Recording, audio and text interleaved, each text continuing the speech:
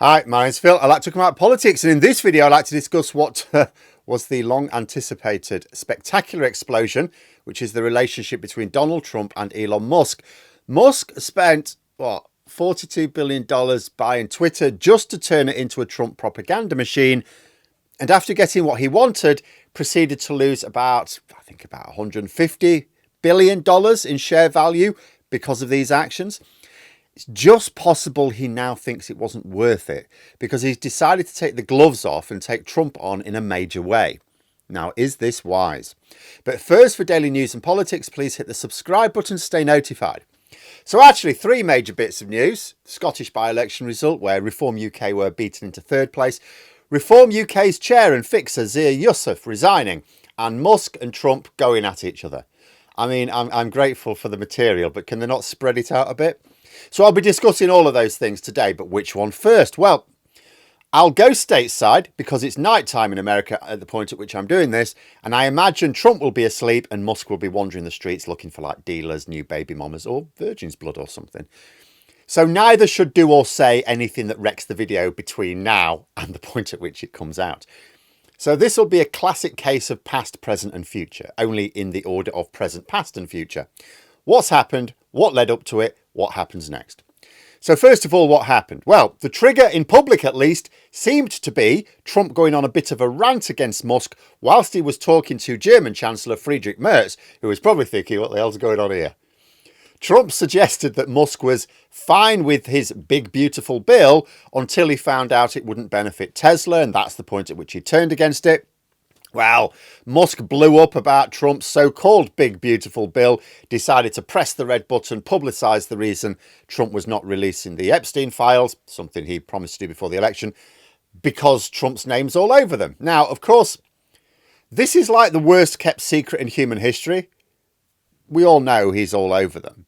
However, having Musk push it, even in the form of a retweet, it was not a direct comment from him, was somehow considered newsworthy and damaging to Trump. So after a back and forth, we ended up with Trump threatening to cancel all government contracts with Musk's companies and Musk threatening to decommission the spacecraft, which is being used to shuttle astronauts for NASA. Musk even called for Trump to be impeached.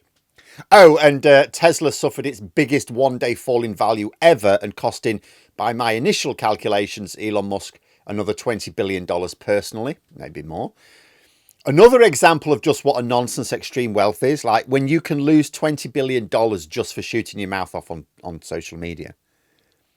The reason being, I imagine, that without Trump's protection of Tesla, if Musk is now the enemy, then far from sending the regulators away and not paying too much attention to their work on like self-driving cars and so on, which was one of Musk's primary objectives with Doge, Trump might order them to go in with a fine-toothed comb. So what led up to all this? Well, I think it can probably be explained in two ways. First, the easiest way is, of course, the clash of egos was inevitable. We all said months ago, can't last, can it? The relationship is going to blow up at some point. I said personally, if Musk is smart, he would realise that Trump's ego would have to take precedence and that Musk could be deferential and soothe his own ego by reminding it that although Trump looks like he's got the power, you're the one making out like a bandit. You're going to be the world's first trillionaire, mate. Just keep it cool, keep it cool. But Musk wasn't smart. He thinks he can take Trump on. More on that in a moment. But the second way of looking at it is that Musk started losing his usefulness. Yes, as Musk alluded to yesterday, Trump would not have won the election without Musk. And it's not about the $200 million. People keep focusing on this $200 million for that American PAC thing. That's not what did it. I mean, that was instrumental, don't get me wrong. What did it was Twitter did it. Trump attempted, Truth Social was supposed to be a way of allowing him to sort of spread his lies, but it only worked on followers. Truth Social was never going to take off. So Musk bought Twitter, ready-made platform, in order to subvert it to Trump's usefulness. That was the crucial factor there. It was the acquisition of Twitter. So I believe, Trump, especially given how close the results were in the end, Trump would not have won the election without Musk. But Trump would not have won the first election without Steve Bannon. But Bannon was ejected quickly enough when Trump no longer thought he was useful. So Musk would have known he needed to carry on being useful. I think Wisconsin blew that usefulness away. The Supreme Court election, which the Republican candidate was favourite to win anyway. If Musk had done nothing, the Republican candidate is widely believed to would have won it. But Musk got involved, possibly to make sure, or possibly just to flex his muscles. But Musk was so unpopular by that point, and particularly the way he went around it, which looked very, very illegal, seemed to fire voters up to turn out for the Democratic candidate. So Musk lost his reputation as an election asset. He actually became an election albatross. So there were already moves to shift him into the background. You know, plenty of Republicans in Congress would have wanted to see that anyway. They didn't like him. You know, they still wanted his money, but Musk's persona was no longer helpful to Trump or the Republicans.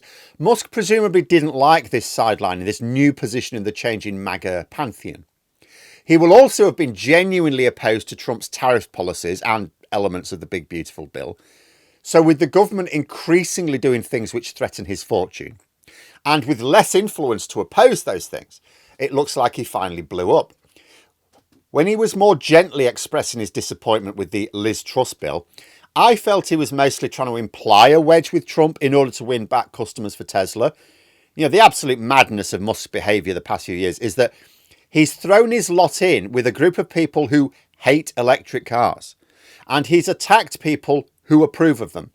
This would be like Ronald McDonald going vegan and calling meat eaters murderers, right? But I thought the gentle criticism of Trump's policies without attacking Trump himself was largely staged. That was my perception, especially as Trump continued to praise Musk himself. But Musk has now attacked Trump personally and in a very big way. And this time Trump has fired back with huge threats. I mean, cancelling government contracts for Musk's companies? That's a big step. So what happens now? Well, I suppose it depends on what's going on behind the scenes. Ordinarily, I would say Musk is toast if he doesn't back down. Trump has two major weapons against Musk and a third possible one. First, in line with his threats, he could look at government contracts with the likes of SpaceX. Now, Musk may be confident it would be far too damaging to cancel all of them because there are no alternatives to his products. I'm not sure that will be the case for all the projects. Like, we know that Trump is prepared to scrap projects even if it hurts America. As I was saying yesterday, Florida can't get accurate hurricane information, a MAGA state, because of the cuts.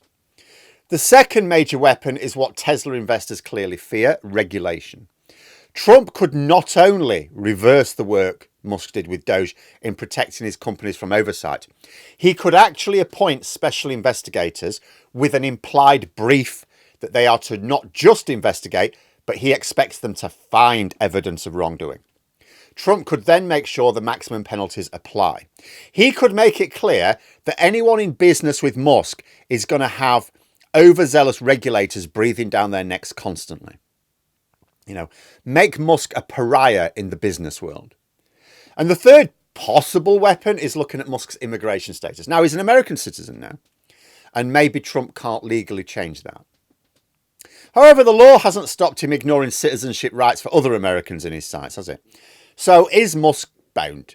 Well, it depends if he has wider support. I mean, we know he does have some. Like, Trump behaves as if he's like a medieval king, yeah?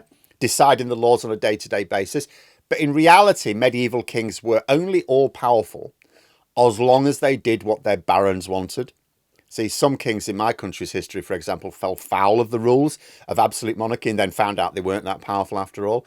King John forced to sign the Magna Carta when he pissed the barons off. Henry VI, he was a good king. A good king as in a nice guy.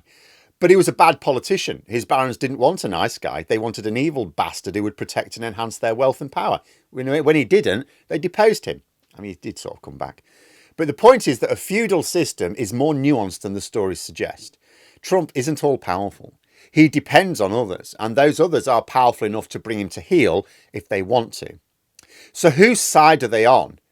Now, I find it very hard to believe really any of them like Musk. He's as much of a loose cannon as Trump, but possibly harder to control. But he does seem to have allies. So in theory, if Musk does have the support of some of the other barons in this MAGA feudal system, and it appears he has a couple at least, he could possibly come out on top. But it's not obvious enough to suggest that. It will be interesting to see what the other barons say on the matter in the coming days and week. That might give us some more idea. But unless Musk has wider support, we know that Trump has powerful weapons to deploy against him. We know that Musk is not popular with the wider MAGA base or even the general population, except when he's supporting Trump. So do you think Musk was unwise in using Twitter whilst as high as a kite? Or does he have strength against Trump which can help him? But let me know what you think in the comments below. Don't forget to subscribe and like. Thanks for watching. And until next time, I'll see you later.